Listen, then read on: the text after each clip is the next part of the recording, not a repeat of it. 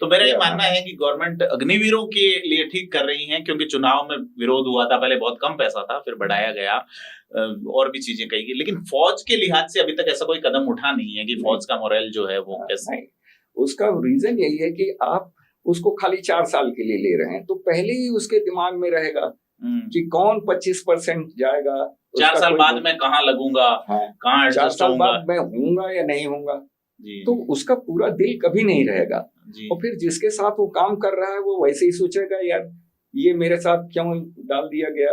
वो होमोजेनिटी नहीं रहेगी, क्योंकि आप एक तरह से एक म्यान में 2 तलवार रख रहे हैं, वो चीज रहेगी। मतलब उनमें साइकोलॉजिकल जो एक फौजी में होता है ना, हाउ जॉस, मैंने सुना था कहीं किस्सा कि जनरल मानेकशॉ वार के दौरान एक खंदक में से निकल रहे थे, और चूंकि ऐसा था कि सामने से गोलीबारी हो सकती है, तो वो ऐसे झुक के चल रहे थे, लेकिन उनका ऑर्डरली था वो सीधा चल रहा था, क्या शेर सिंह या ऐसा कोई नाम था उसका। तो उसे कहा तुम क्यों नहीं झुक रहे, बोले साहब की थर्मस में चाय है, जो चाय गिर जाएगी।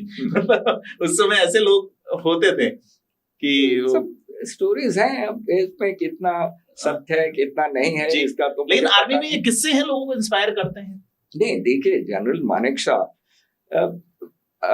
एक ऐसी शख्सियत थे जो कि सचमुच इंस्पायर करते थे। जी बिल्कुल। उनको पहले तो उनका कोर्ट मार्शल इन लोगों ने गलत ढंग से और गलत चीज पे फ्रिंजी ग्राउंड पे करके उनको रोकने की कोशिश की कि एज मेजर जनरल इनको वॉश आउट करो, क्योंकि ये सुनता नहीं है। हमारे डिफेंस मिनिस्टर साहब के दिमाग में आ गया था कि ये साहब ये आदमी सुनता नहीं बात। जी बिल्कुल। He is not subservient to a politician. तो वो जो है उनका तो दिमाग बिल्कुल ही गड़बड़ था। कृष्णा मेनन, भगवान न करे कि दोबारा ऐसा आदमी जो है हमारे देश का डिफेंस मिनिस्टर हो। तो फिर वो बेचारे उनको प्रमोशन डिनाई किया गया। लेकिन जनरल कॉल जो कि दूर के कुछ नेहरू जी के भी कुछ कनेक्शंस थे, वो जो है भाग के, आप सोचिए तेजपुर में थे, वो हेडक्वार्टर तेजपुर है 4 कोर का। वहां से जब चाइनीज एग्रेशन हुआ तो भाग के दिल्ली आ गए श्रीमान जी। कोई जनरल कभी फील्ड से भागा है? वो शख्स जो है दिल्ली पहुंच गया। ये मीडिया ने, किसी ने सवाल पूछा था उस समय 62 का जब वॉर हुआ था, तो हमारे तीनों सेनाओं के प्रमुख राष्ट्रपति राधाकृष्णन जी थे, शायद सर्वपल्ली राधाकृष्णन। तो ऐसा कहा जाता है, उनको पूछा, राधाकृष्णन ने पूछा उनको कि आप दिल्ली आ गए, तो उन्होंने कहा Delhi is safe and better. तो दे से कि Bangalore is much safe and better also, you should go there.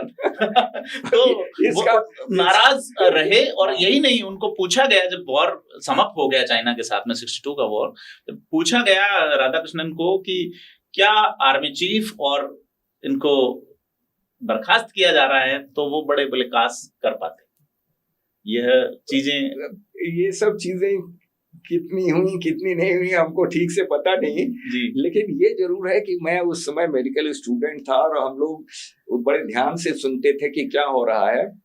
और उसमें यह था कि हमारे जवान बहादुरी से लड़ते हुए और यहाँ आए वहां आए, लेकिन जो लोग बहादुरी से लड़े, जैसे एक 14 राजपूत जी, एक बटालियन थी जी, उसमें सीओ से लेकर के सेकंड लेफ्टिनेंट तक सब पेरिश कर गए, एक भी नहीं बचा। Not even one officer survived. They were all killed. कोई कर्नल अवस्थी थे उसके सीओ, उनसे लेकर के सेकंड लेफ्टिनेंट तक सब मरे, सिर्फ एक बचा। और वो कौन था? वो आरएमओ, रेजिमेंटल मेडिकल ऑफिसर। और वो भी क्यों बचा? क्योंकि उसकी नई शादी हुई थी और उस समय वो बेंगलोर में था, हनीमून पे, छुट्टी पे था, इसलिए नहीं तो वो भी शायद मर गया होता। ये हाल था 62 वार का, जो असलियत मैं जानता हूं कि जनरल अवस्थी के भांजे खुद हमारे कॉलेज में थे, डॉक्टर एनसी मिश्रा, उनके वो मामा थे, वो बेचारे सेकेंड वर्ल्ड वार, सॉरी मतलब 62 वार में चाइनीज एग्रेशन में मारे गए।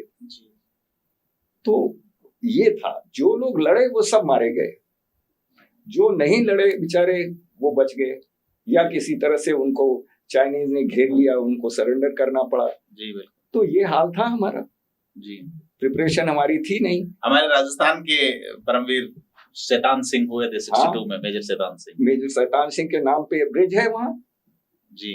उसको मतलब उन सबों ने बांध के रस्से में, और चाइनीज ने उसको जीप में बांध करके करीब 30 किलोमीटर तक जो है सड़क पे घसीटा था। किनको सर?